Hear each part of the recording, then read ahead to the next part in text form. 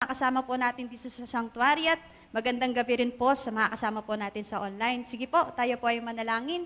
Heavenly Father, we thank you. We bless your name, Lord. Maraming salamat po, Father, sa gabing ito. Salamat po sa bawat isang nandito sa sanctuary at sa mga kasama po namin sa online, Panginoon. Maraming salamat po sa inyo pong pag-iingat, sa kalakasan niyo po sa amin. We pray, Father, sa gabing ito, Lord, sa aming prayer meeting. We continue to pray, Holy Spirit, move upon this place at sa mga kasama po namin sa online, sa bawat tahanan, upang inyo pong salita na aming matatanggap sa gabing ito ay maging pataba po sa aming mga puso. Banal na Espiritu, patuloy ko pong panalangin, na patuloy niyo pong lukuban para sa gabing ito upang ang mga salita niyo lamang po siyang mamumuntawi sa aking mga labi. We pray, Lord, for the rest of our prayer meeting. We thank you and we love you. In Jesus' mighty name we pray. Amen and amen. Kamusta po ba ang bawat isa? Kung kayo po tatanungin ko, siguro parang marami po kayong makakwento, no? Pati sa mga kasama po natin sa online, kung kamusta na kayo. Bagamat uso po ngayon yung sakit, di ba? Alam niyo naman po yun, laganap po siya ngayon sa balita. At kung mapapansin nyo, sa balita rin po natin ngayon, sunod-sunod na yung mga disaster. Most especially, ang pinakang parang hanggang kanina, kung tama po ako, no, may aftershocks pa rin po nung earthquake simula nung nagsimula siya sa Cebu. Kung papansinin nyo po, parang araw-araw na lang laging may nababalita na, uy, nagka-earthquake sa ganitong lugar, uy, nagka-earthquake dito, ng kahit anong oras yun. Tapos, ito pa po yung parang medyo nakaka-bother or parang worry para sa mga taong nakakita na sunod-sunod po yung nangyayari lagi sa earthquakes na parang nagbabadya daw po siya na ito ang parang palapit na pong prediction na mangyayari na daw yung, alam niyo po yun, yung the big one na sinasabi nila pag tumama sa Metro Manila ay medyo masisira po yung, ay hindi pala medyo, masisira po talaga yung ating lugar. Kung siguro iisipin po ninyo dahil sa mga pangyayaring ito, yan, katulad na nyo sa earthquakes, kasi nga po, kung mapapansin nyo, yung nakikita nyo yung magnitude, yung intensity, lagi pong matataas yung recorded, na parang isipin mo, no, parang kawawa naman yung mga tao, na parang wala silang pahinga, wala silang matatawag na pahinga dahil sunod-sunod po yung nangyayaring earthquakes sa mga lugar po nila, na parang sa atin, nagkakaroon na tayo ng worries, nagiging anxious na tayo, na parang, paano kapag nangyari sa atin to? Handa ba tayo?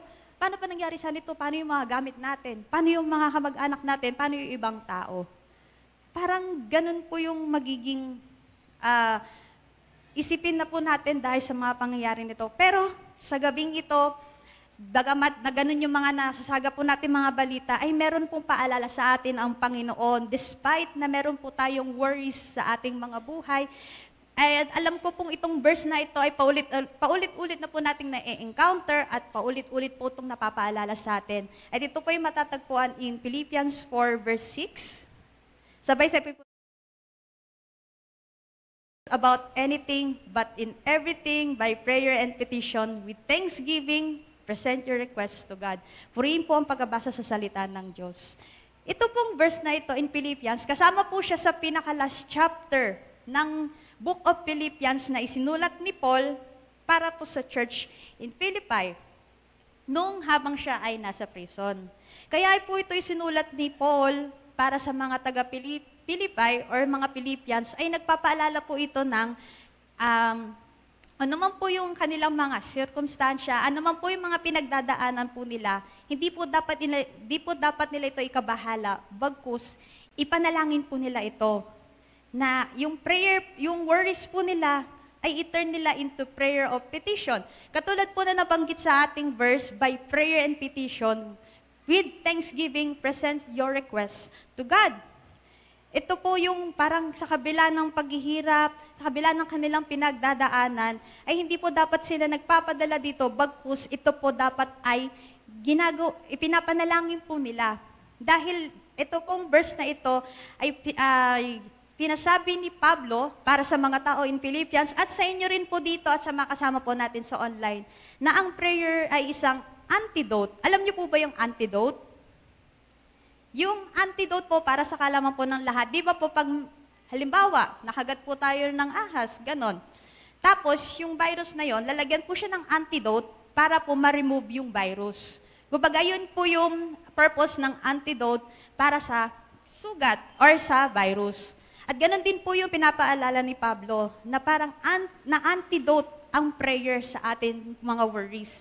Na if we pray over our worries, mawawala po ito. Mariremove po yung lahat ng pag-aalala po natin. Lahat ng pinagdadaanan po natin ay lalong unti-unti mawawala yung kabigatan nito if we surrender it to the Lord through prayers. Ito po yung nagpapaalala sa atin, itong verse na ito, na anuman po yung pinagdadaanan po natin sa mga oras na ito, anuman po yung circumstansya nyo, hindi man po alam na ibang tao, pray it to God. Surrender it to the Lord. Kung ano man po yung worries nyo, ipanalangin po natin. At yun po ang siyang ipinapaalala sa atin ng Panginoon sa gabing ito. Bagamat marami man pong nangyayari, sunod-sunod, hindi na po parang halos wala nang tigil, ganyan. But, ito pong verse na ito, nagpapaalala po sa atin na no matter how big or small are your circumstances right now, panalangin po natin yan. Daan po natin sa panalangin. Ano man po yung alalahanin po natin, let's turn our worries into prayers. Hayaan mo ang Diyos ay ang siyang magtumulong sa'yo sa ano man po yung circumstansya mo sa gabing ito. Di ba po, sabi nga po sa verse in 1 Peter 5:7, that cast all your anxiety unto Him because He cares for you. Ayaw ng Panginoon na dala-dala mo yung burden na yan. Bagkus, ang gusto niya, anak, ilapit mo sa akin. I-surrender mo sa akin yan. Kaya sa gabing ito, sa ating pananalangin, ano man po yung mga dalahin nyo, nag-aalala man po kayo para sa ating bansa, nag-aalala kayo, so ano man po yung mga alalahin ninyo sa araw-araw, panalangin po natin yan. Do not worry about anything. Instead, pray about everything. Amen po? Amen. At sa ating pananalangin, may isa pong assurance ang gusto sa atin na ibigay ang Panginoon. Tandaan niyo po, ang mga disciples, nung naaresto na po si Jesus, sila po ay nagtatago, sila po ay naglock ng mga pinto dahil sa takot nila. Nung nag-resurrect na po si Lord, nung nag-appear na po si Lord sa kanila, ano po yung unang sinabi ni Lord? Peace be with you. At yun din po ang nais ng Panginoon sa ating ibigay sa gabing ito. Kapayapaan. As we pray, as we lift up our worries to Him, to prayers, bibigyan niya po ibibigyan niya po tayo ng kapayapaan. Katulad din po nung kasunod na verse in Philippians 4:6 sa verse 7, na may experience po natin ang kapayapaan na nagmumula sa Panginoon. Kaya, hayaan niyo pong iwan ko po itong mga katagang ito. Pwede po natin sabay-sabay basahin. Worried? Just pray. Anxious? Just pray. Sad? Just pray. Anything that's been bothering you lately, all you have to do is one thing. Just pray. At sa gabing ito, sa ating pananalangin, alalahanin po natin yung mga worries po natin. Malaki yan o malaki, marami man o hindi.